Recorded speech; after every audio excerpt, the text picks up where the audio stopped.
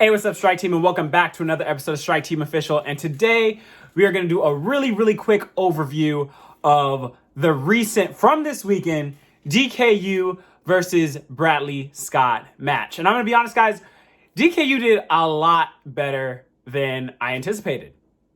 I know there are going to be a lot of people who, if you did watch that fight, for those who don't know, DK Yoo is a online martial art kind of guru. You know, he's out there and he has like 500,000 followers. He's doing these really, taking these weird ways of like doing kind of these real fancy martial art techniques that you don't really see often, right? So he considers himself the next Bruce Lee is kind of how he markets himself. 1-inch punches. That's like interesting body movement he does to throw techniques and things like that. And he goes around teaching. And the thing that's interesting about DK Yoo is he goes around and claims to be a master or have like master level skill in like, I don't know, like 20 something, a lot of martial arts, more martial arts than you can master at his age, realistically.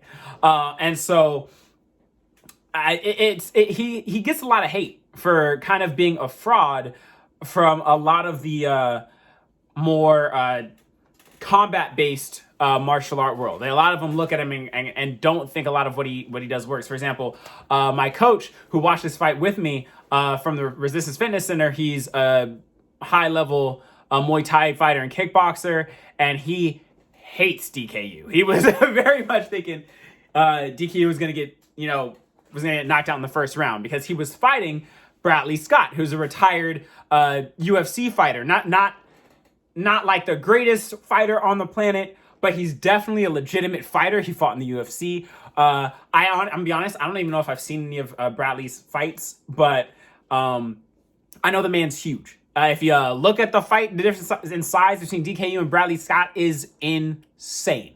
Okay, like just the weight difference alone, it was such a ridiculous clown fight just off that. And then you look at the fact that DK Yoo had never fought before, right? And that was one of the other things that was a huge problem, is this man has never fought, and he's out here telling everyone he's this great martial artist, teaching all these guys his techniques, which you don't have to fight to be a good martial artist, but obviously in the combat world, they like you to have some experience.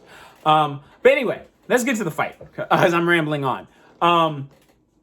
DK Yoo went out, challenged Bradley Scott on very short notice. I don't know the exact numbers. It was something like 9-12 days notice.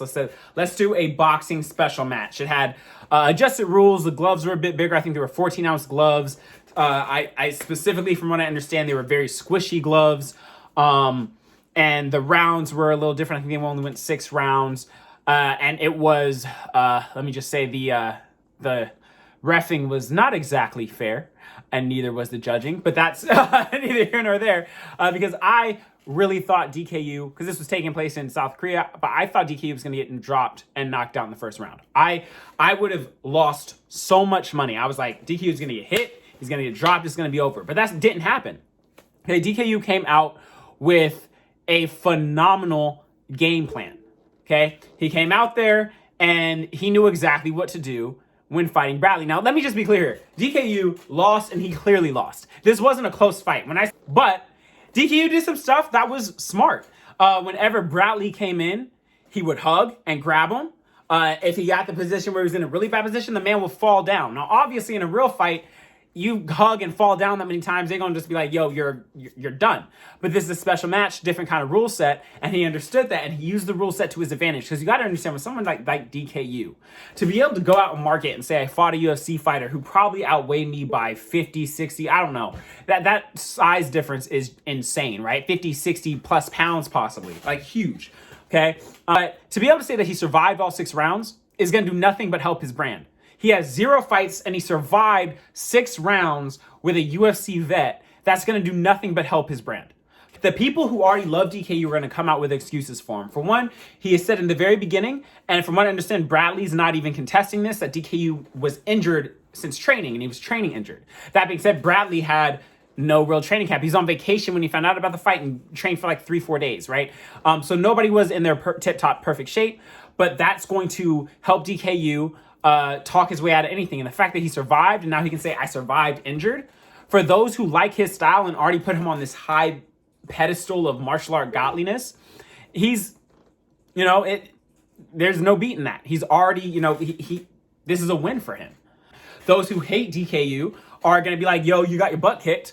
And he did get his butt kicked, but he played to the rules properly. He knew how to play it to survive. Oh, and I'm also going to say this. We got to admit, the man is tough. Okay, he sat there, took heavy shots from a much bigger guy. Even if he was shelled up and falling down and holding most of the time, he took shots. He took heavy shots. So another criticism is like, you got to know if a martial artist will cave. And while he wasn't able to use his techniques under pressure, he stayed in there and took the beating for 6 rounds. That's pretty solid. I got to give him credit for that. So one thing I will say is DKU used very little of his actual techniques that he says he teaches in his seminars and things like that. You didn't see any of his 1-inch punch type things, and Bradley said he didn't hit very hard, and you really saw him do traditional boxing with a lot of grabbing and falling down, right? That being said, you know, it really goes to show the importance of pressure testing your stuff. Because in this channel, we're always talking about the importance of pressure testing and drilling martial arts properly. Because the thing about DKU, and this is something, I'm not going to get too deep into what he teaches because I haven't been to a seminar. I don't follow him too seriously. But from the clips I've seen, the stuff he's doing in his clips, it reminds me, and this is just my personal opinion, like I said, I haven't trained with him personally, but it reminds me very much of a martial artist who almost has it, like he's almost has it right, but it's not complete, right? He does these techniques that I'll look at it for fun sometimes with some of my other martial art friends who do fight. For example, I have a professional fighter friend who watches some DKU stuff, and he's like, DKU has good stuff, it's just not complete technique. So you'll see him do his flicker jab, and that he does in his Instagram videos, and it's the closest thing to something he actually used in this fight. And he doesn't do it wrong.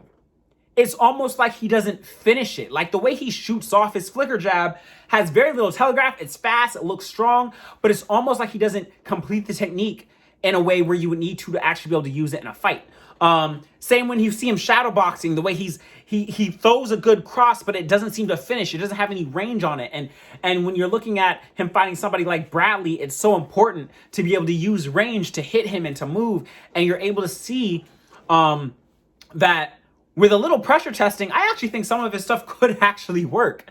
But this is why it's so important to pressure test your techniques and to do it under, you know, with a resisting opponent. Because for one, if he had trained consistently with resisting opponents this whole, you know, all this time up to now, there's a much better chance that he could actually use some of these techniques in a real fight, because say some of his techniques do work, but he's not used to feeling pressure, he's not used to fighting somebody with real resistance, he's not going to have the muscle memory of understanding how to do it under pressure. His body's not gonna be able to react the way it needs to.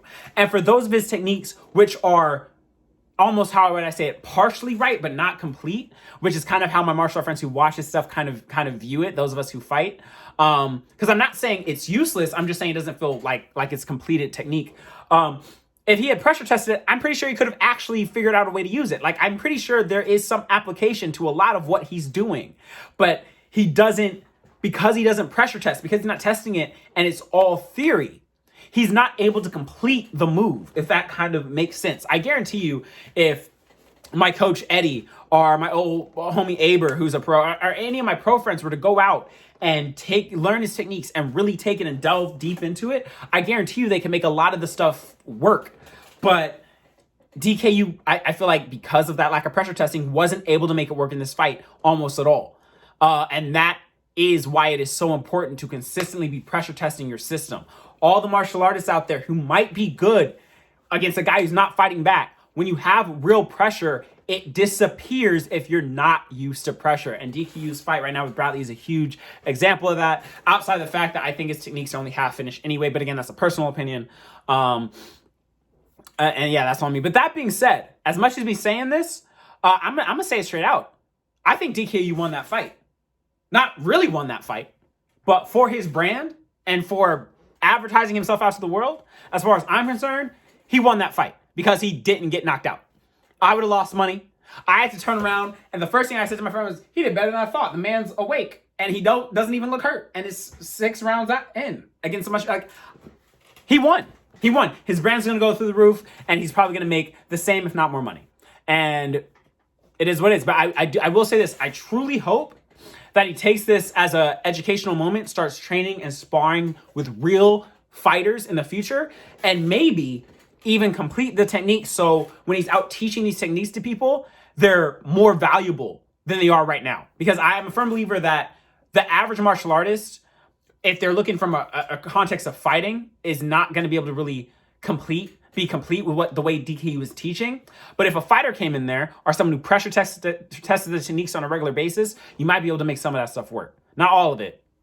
Some of it looks like total BS. But some of it, I'm sure you can make work. I'm pretty sure you could, right? So, like, it's non-telegraphing and, you know, understanding how to chain your energy into a punch. That stuff is the thing, you know? So, yeah, good on him. He hopped in the ring, so he does have my respect now. As a fighter, he fought. I wouldn't have taken a fight. He has my respect as a fighter because I wouldn't have done it myself. So, you know, it is what it is. I think that was a win for him overall. So, yeah, maybe I'll come back, do a little deeper dive into some of DKU's stuff, and maybe do a little breakdown of it. I don't know. We'll see. But yeah, it's good. I liked it overall. It was a entertaining fight. All right, guys. See you next time. I've already talked your ear off. Quick video. Stay training. Stay safe. Yeah. Peace.